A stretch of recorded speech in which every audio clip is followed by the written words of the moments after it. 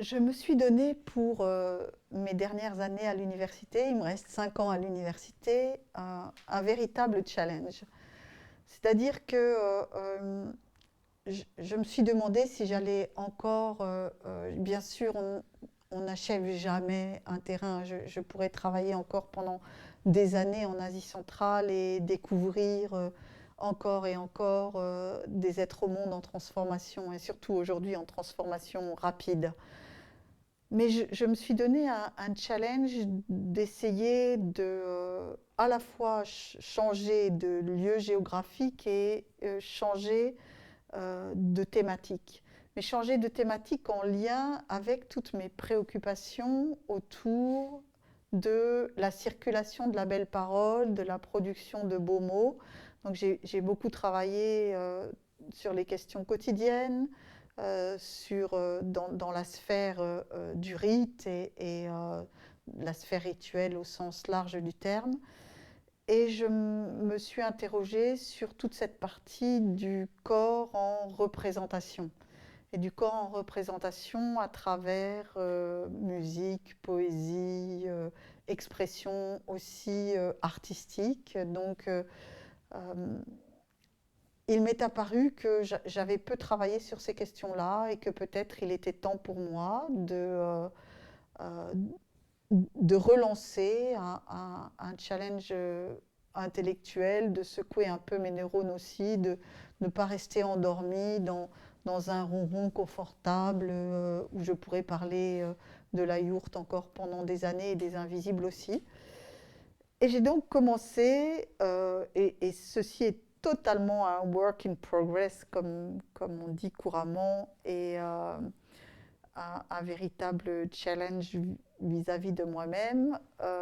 J'ai commencé très récemment de nouvelles recherches en Bosnie-Herzégovine et en Moldavie autour de complexes nostalgiques au sens large du terme. D'un côté, ce complexe nostalgique en Moldavie s'appelle Dor, avec un genre musical qui sont les chants de Doina. Et en Bosnie-Herzégovine, c'est le complexe du Sevda, avec un genre de chant musical qui s'appelle la Sevdalinka.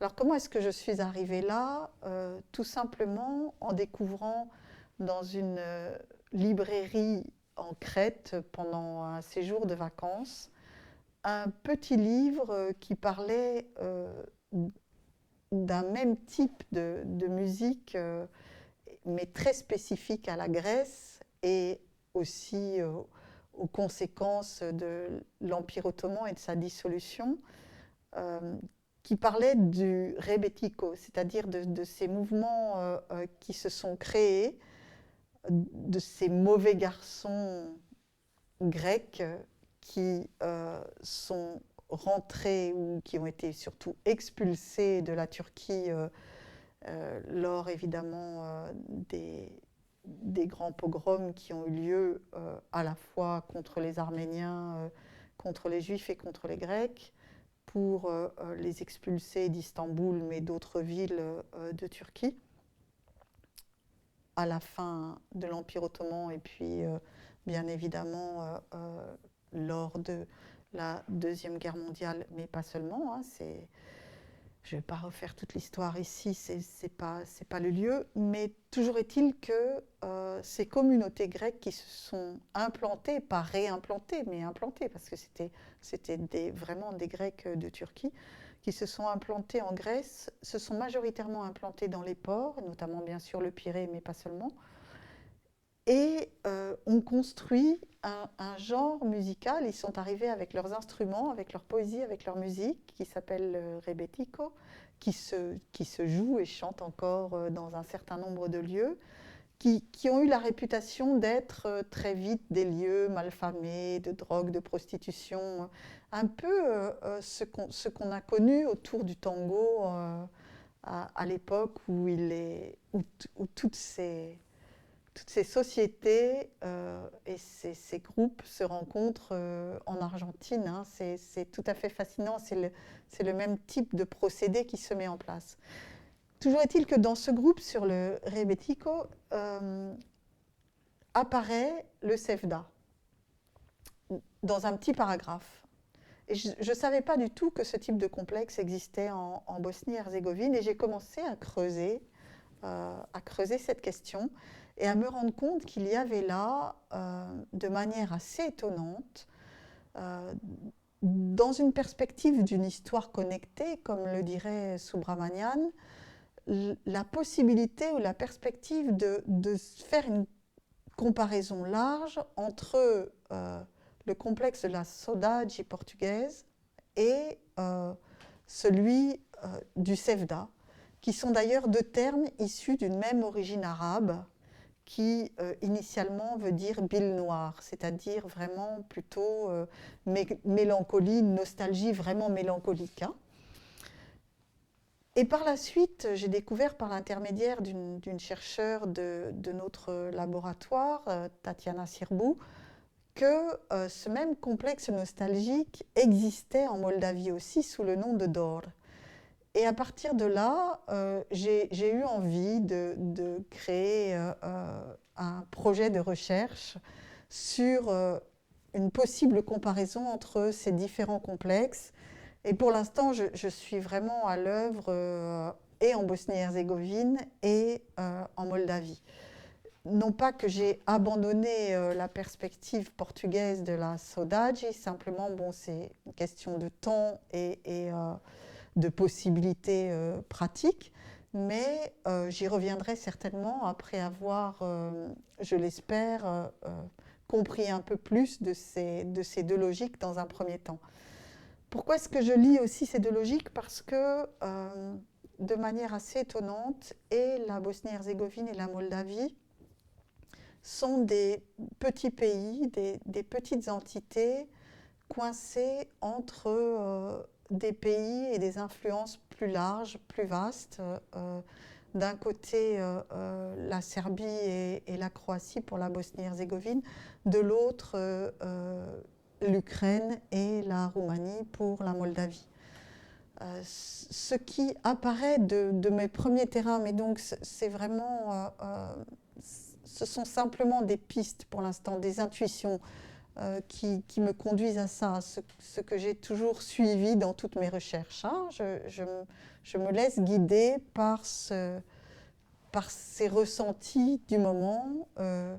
Encore une fois, je n'en fais pas une méthode à reproduire par tout un chacun. C'est mon mode de travail. Peut-être parce que je n'arrive pas à travailler autrement, c'est aussi simple que ça.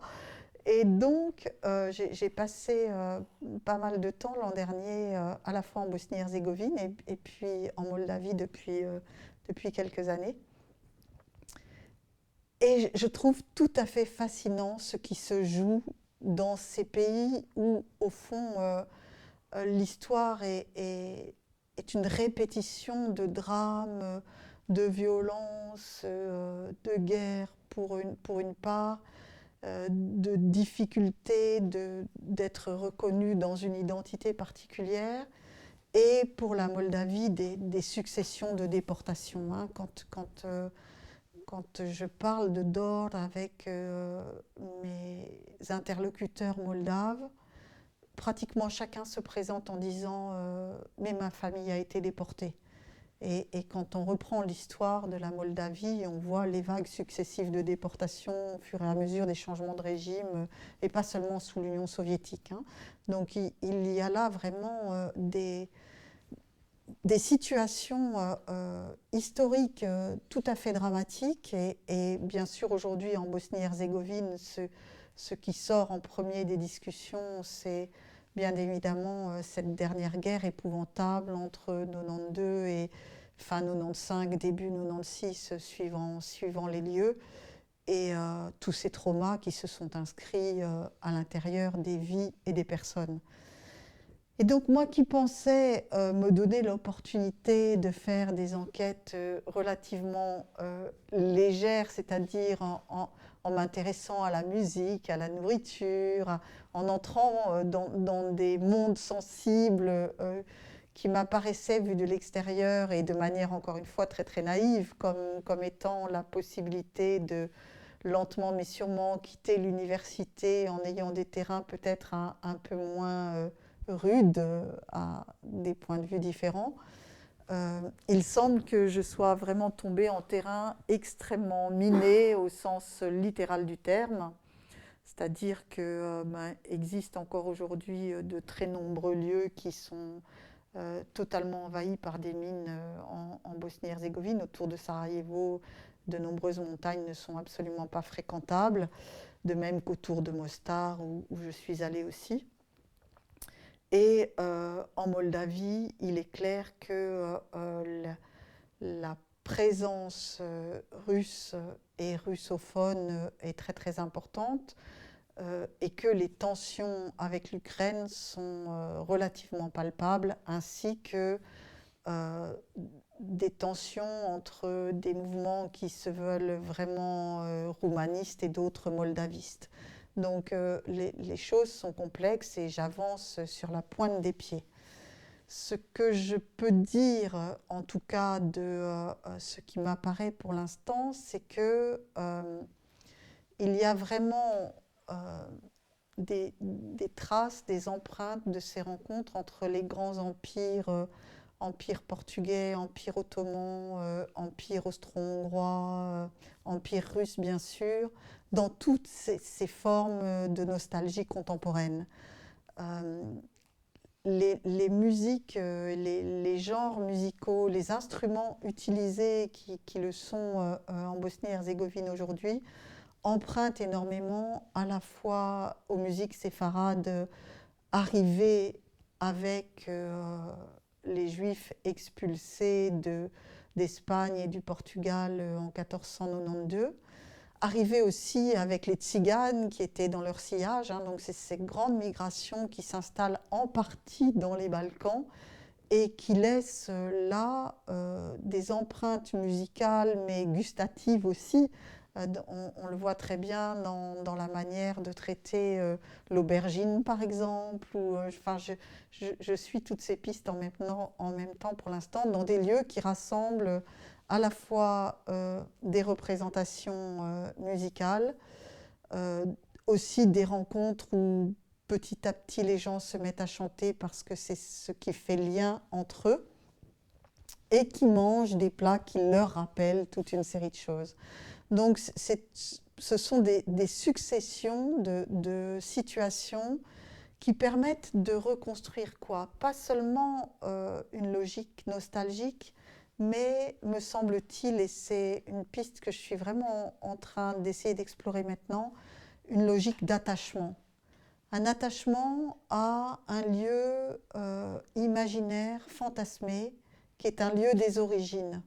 Et des origines impossibles, c'est sans doute ce qui est le plus dramatique dans ce qui se joue là, aussi bien en Bosnie-Herzégovine qu'en Moldavie, étant donné l'histoire de ces pays. Dire qu'on est de quelque part, c'est dire qu'à un moment donné, on a dû quitter ce quelque part d'une manière ou d'une autre, que ses ascendants ont dû à un moment donné migrer pour de multiples raisons. Et donc, du coup, ce lieu devient d'autant plus fascinant, essentiel, porteur d'identité et porteur de tout ce qu'on aurait pu vivre là, et que l'on reconstruit vraiment dans une logique que mes interlocuteurs me disent clairement, dans une logique d'attachement très, très, très important. Donc, pas l'attachement totalement au sens où l'entend notre collègue Laurent Legrain dans son très beau travail sur l'attachement à ces genres musicaux en Mongolie, hein, mais ce type d'attachement qui fait que il permet de se reconstruire des racines quand bien même fantasmées et imaginaires. Alors en Moldavie, ça se traduit par tout un contexte autour de la maison parentale qui devient d'abord le sujet d'un nombre incroyable de chansons, de poésies, de romans. Et quand je commence à parler de la maison parentale avec mes interlocuteurs, immédiatement leurs yeux s'humidifient. Tout de suite, il y a là quelque chose qui fait affleurer les émotions, voire plus que ça, qui permet une expression de tout un mouvement vraiment nostalgique très très important. Et en Bosnie-Herzégovine, il s'agit plutôt dans les discussions, et c'est difficile à aborder, hein, mais encore une fois, je parle en tant que néophyte, vraiment, là, complètement, euh, de ceux qui sont restés présents pendant la guerre et de ceux qui sont partis. Et de quartier en quartier, à l'intérieur de la ville, les limites se marquent comme ça. Et les groupes se rassemblent dans des concerts organisés vraiment par quartier, par groupe de ceux qui sont restés et de ceux qui sont partis et revenus, et qui se reconnaissent entre eux. Et des concerts privés dans des lieux particuliers dans la ville de Sarajevo, qui sont des concerts de Sevdalinka. Euh, avec aussi, et ça c'est très intéressant dans les deux cas, vraiment une querelle des anciens et des modernes, si je puis dire.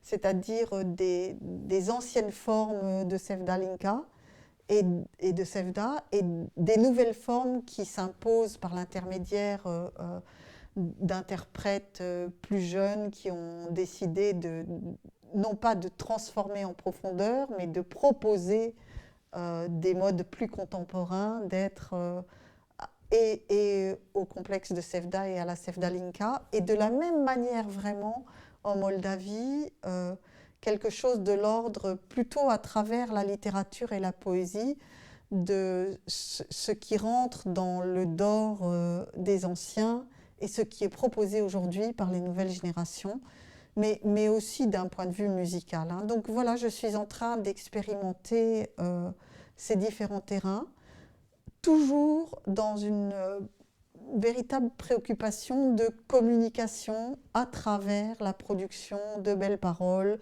de beaux mots, de réalisations artistiques. Et j'ai rencontré en Moldavie, à Chisinau, une série de jeunes artistes, sculpteurs, peintres, de, de jeunes aussi qui travaillent dans la mode, hein, des concepteurs de vêtements, et qui disent que ce qu'ils font est de l'ordre du dor, c'est-à-dire de la nostalgie, en proposant des œuvres totalement contemporaines qui appartiennent vraiment à l'art contemporain, bien au-delà même des frontières de la Moldavie. C'est tout à fait fascinant de voir cette cohabitation entre une revendication vraiment d'un complexe nostalgique et une production d'œuvres aussi bien musicales et artistiques au sens large du terme, très très contemporaines. Donc voilà, je suis lancée sur ces pistes de recherche. Je ne sais pas du tout où elles vont me mener, mais je me laisse mener par elles, plutôt que je ne les mène. Voilà.